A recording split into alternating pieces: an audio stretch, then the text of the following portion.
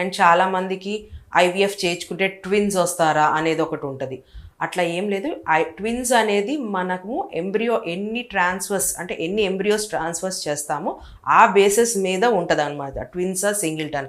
ఒక్కొక్కసారి మనం 2 embryos transfer చేసిన సింగిల్ బేబీ కూడా రావచ్చు. ఎందుకంటే ఒక్కొక్కసారి ఏంటంటే ఒక ఎంబ్రియో అతుక్కోవచ్చు, ఇంకొక ఎంబ్రియో అతుక్కోపోవచ్చు. అట్లా కూడా జరిగిద్ది అనమాట.